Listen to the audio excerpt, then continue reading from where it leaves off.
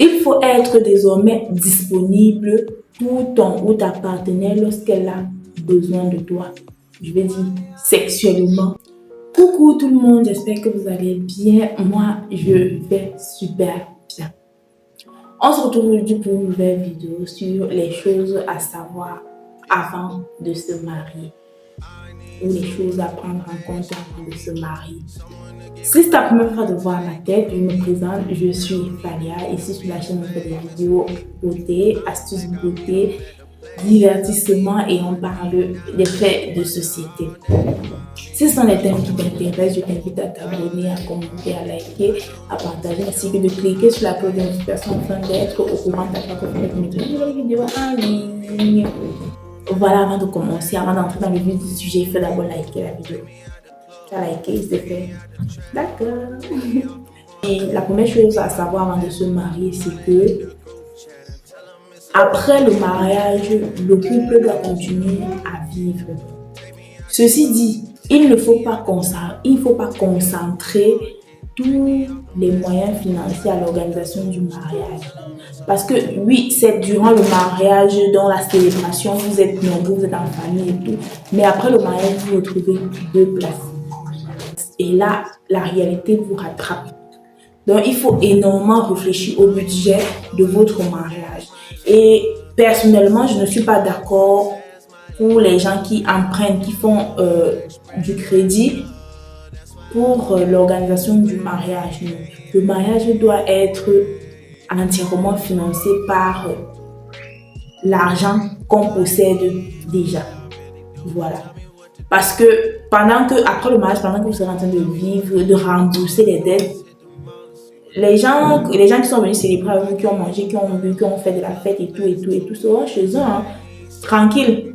Et c'est vous qui serez là et tout. Et généralement, ça amène des problèmes dans le couple parce que chaque fois que la femme voudra quelque chose, le mari dira, tu ne vois pas que nous sommes en train, je suis en train de, parce que bon, généralement, je suis en Afrique, c'est l'homme qui organise plus le mariage. Tu ne vois pas que je suis en train de rembourser la dette que j'ai contractée. Ou alors tu ne vois pas que nous sommes dans une dette, nous sommes en train de rembourser une dette et tout. Donc, c'est quelque chose qu'il faut éviter, selon moi, de faire. Contracter les dettes pour l'organisation du mariage. Il faut désormais consulter ton ou ta partenaire avant de prendre des décisions importantes. Je vois beaucoup de personnes qui, une fois mariées, se disent que bon, je m'en fous, hein, je fais ce que je veux, je n'ai pas besoin de son approbation, je n'ai pas besoin d'elle ou de lui pour prendre une décision importante. Voilà, de toute façon, je fais ce que je veux. Non, c'est à éviter. Si vous avez décidé de prendre une femme ou si vous avez décidé d'accepter un homme dans votre vie, sachez que vous êtes désormais une équipe et une équipe se doit d'évoluer ensemble, de se dire des choses pour pouvoir évoluer. Il faut désormais gérer l'humeur de l'autre, donc gérer l'humeur de ton ou ta partenaire. Chaque fois que tu verras ta femme triste, ta femme pensive, il faut chercher des voies et moyens pour trouver pourquoi est-ce qu'elle est dans cet état et vice-versa. Tu ne vois pas, le matin en sortant, tu vois ta femme qui est pensive, ta femme qui est triste, tu lui demandes c'est quoi, elle te dit rien. Et toi aussi tu pars.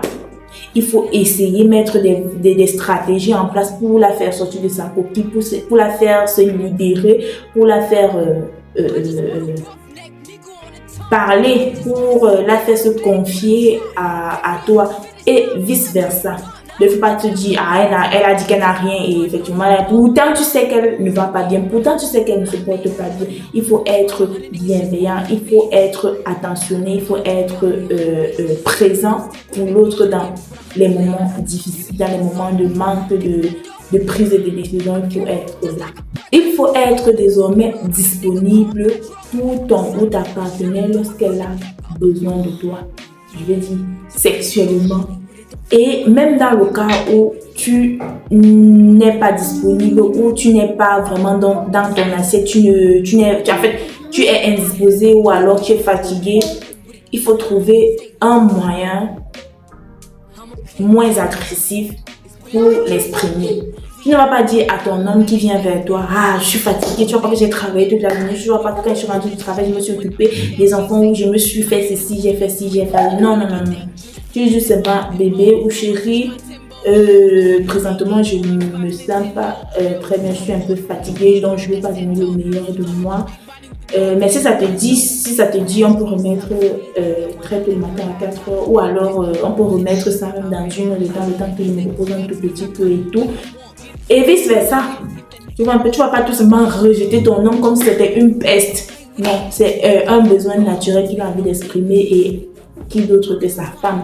Donc, il faut être assez bienveillant à ce niveau-là. Ne jamais rejeter ta partenaire parce que à ce niveau-là, le rejeter l'amène à se braquer complètement parce qu'il y a des gens qui ne vont pas te dire c'est parce que tu me rejettes que je suis devenue comme ça. Non, que tu me rejettes brutalement que je suis devenue comme ça. Il faut faire comprendre à ton partenaire qu'il est important.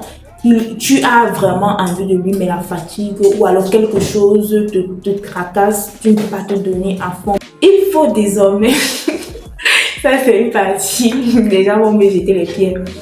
Il faut désormais veiller à prendre sa douche du soir avant de se coucher. Une fois la journée terminée, toi la femme, tu dois veiller à être bien propre. Toi l'homme, tu dois veiller à être bien propre parce que ne dit-on pas le jour du mariage, une fois marié, le corps de la femme n'appartient plus à la femme mais à son mari, le corps de l'homme n'appartient plus à l'homme mais à sa femme. Donc, il faut être prêt, il faut être bien comme une nourriture, genre bien saine pour que quand le mari a besoin de sa femme, qu'elle soit propre. Quand la femme a besoin de son homme, qu'il soit propre. Parce que beaucoup d'hommes, on n'en parle pas assez. Je vais te dire que les hommes ne prennent pas leur douche avant d'aller se coucher. Déjà, j'ai pris ma douche avant d'aller au travail le matin, je suis restée dans la clim, donc je me suis pas salée. Non, quand tu rentres, tu prends une bonne douche et tu mets un petit parfum doux, sensuel aussi. Et tout, tu te mets bien pour ta femme. Si dans la nuit elle a besoin de toi, tu es présent. Si toi également tu as besoin d'elle, elle est présente. Parce que la propreté est quelque chose. Je reviendrai même sur ça, je prendrai ça pour faire un thème de vidéo vraiment complet parce qu'il faut parler de la propreté dans un couple sans propreté. C'est un truc qui tue l'amour en fait. C'est un truc que vous pensez que non, voilà, j'ai marié ma femme, je n'ai plus besoin de faire des efforts. J'ai marié mon homme, je n'ai plus besoin de faire d'efforts. Non, non, non, non, non. La propreté est très, très, très, très importante. Il faut également brosser ses dents avant d'aller se coucher. Tu ne vas pas rentrer, ta femme va te servir un poisson brisé, tu vas manger, tu vas aller te coucher sans brosser les dents. Tu ne vas pas rentrer manger et tu vas aller te coucher sans brosser les dents. Tu vas aller ta bouche remplie de mon chéri, j'ai envie de toi et tout. Rien que l'odeur va repousser la personne, tu vas te dire. Et pourquoi il ne veut jamais de moi, bien pourquoi il ne veut jamais de moi? Il faut être très, très, très propre pour ta partenaire. Il faut renouveler des fois. Peut-être même que quand vous étiez chez vos parents, vous dormiez le soir sans vous laver, mais sachez que le mariage est un combat. Il faut renouveler des fois pour être propre. La propreté est très importante. La propreté de la maison, la propreté de la chambre, la propreté du lit, la propreté de tout. Il faut être très propre. Voilà.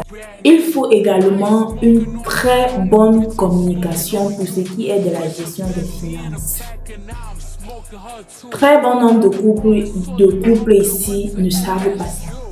Et la gestion des finances est quelque chose de très, très, très, très, très, très important. Comment vous allez gérer vos finances, c'est très, très, très important. Beaucoup de couples divorcent à ce niveau-là parce qu'ils n'arrivent pas à s'entendre à ce niveau-là. L'homme doit savoir ce qu'il doit faire. Avant même de choisir ta femme ou bien avant même d'épouser quelqu'un, il faut savoir, il faut vous entendre sur comment est-ce que vous allez gérer les finances. Si vous allez faire 50-50 ou 100-100 ou 75-50, peu importe, ça c'est si la femme travaille ou machin.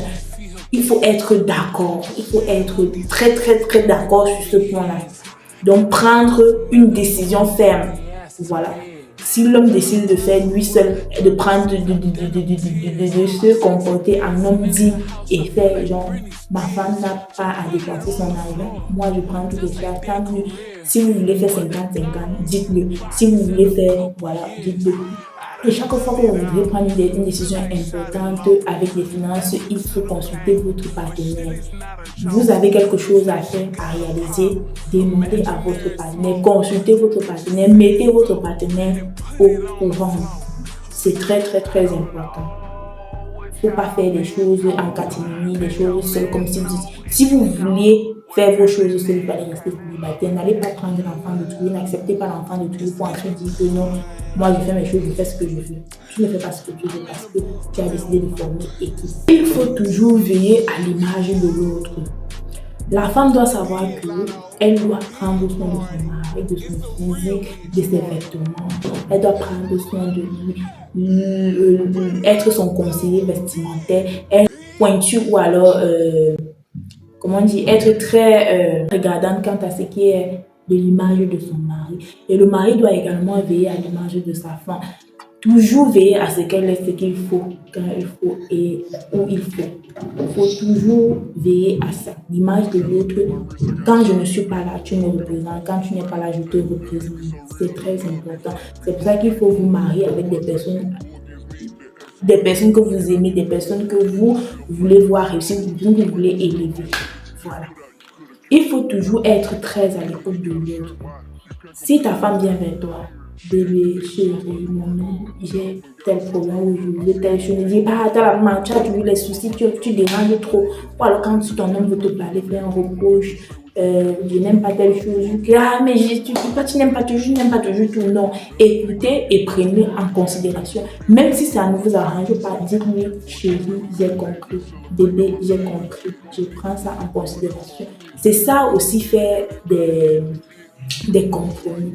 Essayez de comprendre l'autre. Parce que si elle prend son courage pour venir vous dire que je n'ai pas aimé telle chose, bien telle chose me dérange, alors que vous trouvez ça normal, mais vous dites, vous la repoussez, vous me dites que voilà, c'est normal, tout le monde accepte ça comme ça et tout, et tout, et tout. Non.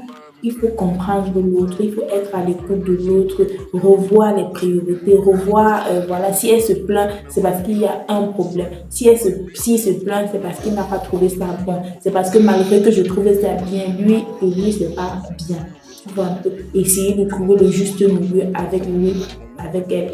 Et arranger le problème que de vous éterniser là, à faire le bras de fer. Un couple, ce n'est pas ça. Il faut également une très bonne organisation quant à la gestion de la famille. Savoir qui fait quoi quand. Voilà, je prends un exemple. Si, voilà, la femme se réveille, elle apprête des enfants. Pour ce qui est des enfants, je prends le cas des enfants. Si c'est à la femme d'apprêter les enfants et au monsieur de les amener à l'école, que ce soit toujours ainsi, sauf en cas d'imprévu, sauf en cas de truc. Si la femme doit voilà, prendre des enfants, que cela soit ainsi. Si le monsieur doit faire tel truc, qu'il le fasse. Donc, il faut toujours veiller à l'organisation des prévus et des imprévus. Maintenant, la femme doit comprendre que c'est l'homme, le chef de la famille. Ça, c'est indiscutable, même si c'est elle qui a le plus de moyens financiers. Si la femme gagne par exemple 1 million et que le mari gagne 500 000 francs, la femme doit comprendre et savoir que c'est l'homme, le chef de la famille. Voilà. L'homme est l'autorité suprême de la famille. On dit souvent que l'homme est le président de la famille. C'est lui qui prend presque toutes les décisions et il consulte sa femme. La femme est comme le ministre et il consulte sa femme pour... Voilà. Mais sinon, c'est d'abord l'homme le chef de la famille. Il faut le respecter, il faut respecter ça. Une fois que vous avez compris ça, vous verrez que votre couple sera épanoui et les enfants également. Parce que même les enfants doivent savoir que c'est papa le chef de famille, l'autorité suprême. Voilà. Donc, il ne faut pas discuter cette hiérarchie-là. Juste la femme est faite de la faute de l'homme. Ce n'est pas l'homme qui est fait de la faute de la femme. Donc, il faut respecter ça. Il faut respecter votre mari. Il faut également savoir comment gérer les familles, les belles familles. Il faut savoir que la famille de ton mari, la famille de ta femme, elle est automatiquement ta famille. En Afrique, c'est ça. Vous ne vous unissez pas rien que vous deux, mais vous unissez deux familles. Et la famille de l'autre doit automatiquement devenir la famille de l'autre. Donc, il faut les gérer avec beaucoup de respect, avec beaucoup de tact. Donc, voilà, prendre des décisions comme si vous preniez des décisions dans votre propre famille. Être à l'écoute de votre belle famille comme vous êtes à l'écoute de votre famille. Respecter les membres de la famille de votre mari, de votre femme comme vous respectez votre propre famille. Respecter les parents de votre femme, de votre mari comme si c'était les vôtres, peu importe leur situation financière ou autre. Il faut respecter, il faut gérer avec beaucoup de temps, beaucoup de respect, beaucoup de patience et tout. La gestion de l'infidélité, c'est quelque chose qu'on n'en parle pas assez, mais il faudrait en parler. Tu dois dire clairement à ton partenaire à quoi il devra s'attendre si, en cas d'infidélité, ou alors, voilà, en cas d'autre chose, en cas d'autre infraction, excusez-moi du mot. Donc, il te fera savoir ce qu'il attend, ou alors ce qu'il a en fait, il devra ou elle devra savoir ce qu'il attend en cas d'infidélité et être ferme là-dessus. Parce que c'est un phénomène qui prend de plus en plus d'ampleur. On banalise de plus en plus l'infidélité, que ce soit de l'homme ou de la femme, mais beaucoup plus de l'homme. Donc, il faudra en parler. Il faut également discuter du statut de la femme. Franchement, avant de vous marier. Si vous voulez une femme qui travaille, une femme indépendante, vous n'allez pas prendre une femme qui va être mère au foyer. Si vous voulez une mère au foyer, n'allez pas prendre une femme qui travaille pour ensuite lui demander de laisser son travail pour venir rester à la maison, ou alors imposer à celle qui ne travaille pas d'aller travailler. Sinon, ça ne peut pas s'en sortir parce qu'il y a des femmes qui sont faites automatiquement pour être des mères au foyer, des femmes qui n'entendent pas de cette oreille qu'elles peuvent rester à la maison et s'occuper rien que de la maison et des enfants. Donc, il faut discuter du statut. L'homme, on sait automatiquement il doit travailler. Voilà, mais il faut discuter et être d'accord sur ce point. Et prendre des décisions fermes. Vous pouvez par exemple dire à votre femme, voilà, peut-être jusqu'à ce que notre dernier fils ait peut-être 5 ans ou 10 ans, tu dois rester à la maison travailler, mais je mettrai telle somme dans ton compte. Ou alors, tu dois rester à la maison pour t'occuper des enfants et je mettrai telle somme dans ton compte. Ou alors, en fait, vous devrez en parler, trouver des solutions qui vous arrangent vous deux. Pas qui arrange seulement le mari. N'imposez pas à l'autre ce qu'elle ne veut pas. Il faut essayer de vous comprendre, de vous entendre sur ce point-là pour ne pas avoir. Voilà. Et une fois que vous avez dit à une femme de rester à la maison et de prendre rien uniquement soin des enfants, sachez qu'elle va dépendre, elle et les enfants vont dépendre entièrement et uniquement de vous. Je dis entièrement et uniquement de vous, c'est-à-dire même pour la boîte d'allumettes, ou alors même pour le gaz, ou même, je ne sais pas, pour aller acheter même un pain qui coûte 100 francs là dehors, elle doit vous demander si vous n'avez pas dit la traiter de femme consommatrice ou de femme machin truc parce que vous avez demandé qu'elle reste à la maison. Donc si elle a besoin de quelque chose, de subvenir à ses besoins. Si elle a besoin de mettre du carburant dans sa voiture, elle doit vous demander et vous n'allez pas vous en plaindre. Et une fois que, voilà, si vous allez demander à une femme d'aller travailler, sachez que vous devez vous attendre aussi à certains manquements dans la maison. Et voilà. Vous devez également discuter des changements importants dans la famille. J'entends ici par la perte d'emploi, un accident, des événements dans la famille. Donc, vous devez parler de ça parce que il peut arriver que le mari perde son emploi, son entreprise et tout. Il peut arriver que la femme perde son emploi, son entreprise et tout. Il peut arriver que le mari tombe malade et devient invalide. La femme tombe malade et devient invalide et tout. Dans ce cas-là, qu'est-ce qu'on fait? Qu'est-ce qu'on fera? Vous deviez en parler, vous deviez en discuter parce que ce sont des événements, on ne souhaite pas, mais ça peut arriver. Ce sont des choses qui arrivent. Vous devriez vraiment en discuter avant de vous marier. Donc, petite pause publicitaire. Vous savez que j'ai toujours fait de l'acné et tout. Et là, vous voyez clairement mon visage. Je fais une vidéo sans make-up, la confiance. Donc, je fais une vidéo sans make-up et voilà, vous voyez tout simplement les résultats. Ce qui m'a aidé sont tout simplement ces savons à base de bave d'escargot, de carottes et autres. Donc, voilà, ce sont ces savons qui m'aident. Je les applique sur mon visage matin et soir et c'est ce qui me donne ce rendu final. N'hésitez pas à commander vos savons. Ces savons coûtent tout simplement 2500 francs les deux à 5 000 francs. C'est de toute façon, j'ai déjà fait une vidéo entière sur ça. Je mets le lien en bas de la description. Alors les filles, la vidéo étant terminée, je vous remercie d'avoir suivi la vidéo jusqu'à la fin. Vous êtes les meilleurs. On se retrouve dans une prochaine vidéo. D'ici à là, portez-vous bien. Bisous. Prenez soin de vos mariages.